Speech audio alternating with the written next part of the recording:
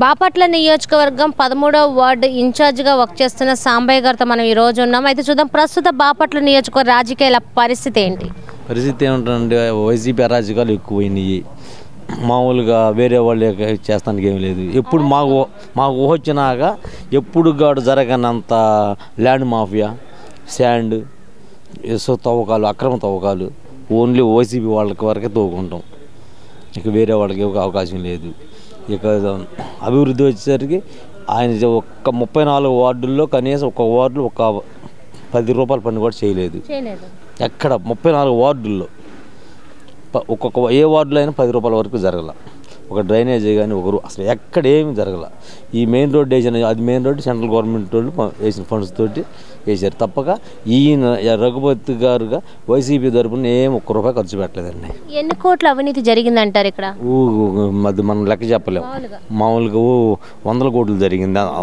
ఇసుక తవ్వి ఆ మెడికల్ కాలేజ్ అని పెట్టి ఆ ఇసుక మెడికల్ కాలేజీకి హైవే రోడ్డుకి మొత్తం ఇసుక అంతా ఈ రఘుపతి గారు బినామీ. మీరు ఇప్పుడు ఏదైనా సమస్య ఉంటే వెళ్ళి రఘుపతి గారితో వెళ్ళి చెప్పుకోవడం ఏం చేయలేదు? చెప్తానికి వెళ్తే ఏం లేదు, ముందు చేయరు. మేము ఇప్పుడు వెళ్ళిన వాళ్ళు తిరిగి వస్తున్నారు. వాళ్ళకి డబ్బులు ముట్ట చెప్పాలా ఏదైనా అది. మరి ఈ రోజు చూసుకుంటే నరేంద్ర వర్మ గారు ఎమ్మెల్యే అభ్యర్థిగా అయితే ఇక్కడికి వచ్చారు. మరి అసలు నరేంద్ర వర్మ గారు కావాలని అనుకుంటున్నారా మీరు? ప్రజలు మొత్తం ఆయనకి బ్రహ్మరథం పడుతున్నారు. ఎందుకంటే 5 సంవత్సరాల నుంచి మంచినీళ్ళు లేకపోతే తీర ప్రాంతాలకు మంచినీళ్ళు పోతున్నాడు. ఈయన ఉచితంగా 5 రూపాయలకి 20 లీటర్ల క్యాన్ 5 రూపాయలకి 5 సంవత్సరాల నుంచి పోతున్నాడు. 10 ట్యాంకర్లు తిరుగుతూ ఉంటాయి. ఈయన రూపాయి ఖర్చు పెట్టే మనిషి కానీ రూపాయి తీసుకునే మనిషి కాదు.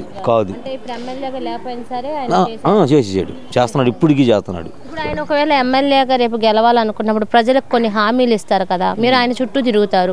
ఏమేమి హామీలు ఇస్తున్నారు ప్రజలకి? మంచి పరిపాలన అందించే హామీ ఇస్తున్నాడు. ఎలాంటివి? ఏమేమి రూపాయి కూడా లంచం కింద తీసుకోకుండా పేద ప్రజలకి సహాయం చేసే కార్యక్రమాలు ఇప్పటికి కూడా మన స్కూల్ పేద పిల్లలకి చదివి పుస్తకాలు కానీ అన్ని ఫీజులు కడతాం. ఆయన వైద్య మెడికల్కి ఇది పెట్టాడు, కంటి ఆపరేషన్ చేయించాడు 4 తడవలు పెట్టి. శంకర్ హాస్పిటల్ నుంచి ఇప్పుడు 4 విడతలుగా చేయించాడు కంటి ఆపరేషన్లో.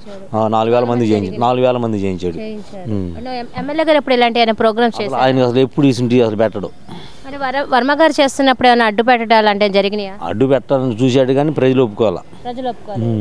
మరి ఈ రోజును చూసుకుంటే నరేంద్ర వర్మ గారు ఈ బాపట్ల నియోజకవర్గంలో ఎంత మెజారిటీతో గెలుపొందొచ్చు? నాకు తెలిసి ఒక్క 20,000 పైన మెజారిటీతో గెలుస్తాడండి.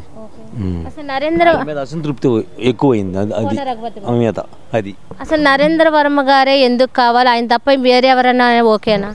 ఇంకెవరు లేరండి. 5 సంవత్సరాల నుంచి బరువు బాధ్యత మొత్తం ఎంత కార్యాలయం కట్టిన సొంత నేల కట్టినాడు అసలు ఎవరు లేరు. ఎక్కడ స్టేట్లోనే లేదు ఇంత సొంత కార్యాలయం. ఆయనకి డబ్బు సంపాదించుకున్న తర్వాత రాజకీయంలోకి వచ్చాడు. ఈయన కొంతమంది సంపాదించుకోవడం కోసం వస్తారు, ఈయన సంపాదించుకున్న తర్వాత వచ్చాడు. అది అందరికి ఈయనకి తేడా. మరి ఇక్కడ చూసుకుంటే ఈ నియోజకవర్గంలో చూసుకుంటే అభివృద్ధి అనేది ఎంతవరకు జరిగిందంటారు? ఈ సిటీలో జరిగిందని అంటున్నారు, ఎంతవరకు జరిగింది? సిటీలో జరిగిందంటే కొట్లో పాపం వైశాస్ కొట్లను పగల కొట్టేసేసి రోడ్ హైవే ఎడలపు చేసి తప్పితే ఎక్కడ ఏ వార్డులో కూడా పని జరగల. ఒక మంచినీళ్ళు రావట్లేదు. మంచినీళ్ళు ఇప్పుడు 3 రోజులకు ఒకసారి వస్తున్నాయి. ఇప్పుడే మార్చి నెలలో, రేపు ఏప్రిల్లో వస్తాయో రావో తెలియదు.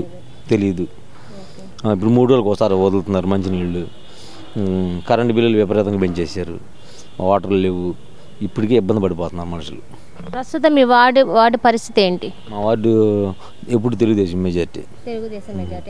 మా వార్డులో ఆయన ఎమ్మెల్యే గారు ఆయిల్ బొంగు వ్యాపారాలన్నీ మా వార్డులోనే ఉన్నాయి. అయినా కానీ ఎప్పుడు మాకు 500 ఓట్లు మెజార్టీ వచ్చింది. మొత్తం 2200 ఓట్లు వార్డు, 500 ఓట్లు మెజార్టీ వచ్చింది. చూశారు కదా, ఇది వాళ్ళ ఇంటర్వ్యూ. మరో ఇంటర్వ్యూలో మీ శ్రావణి మిమ్మల్ని మళ్ళీ కలుస్తుంది. అంతవరకు సెలవు, నమస్కారం.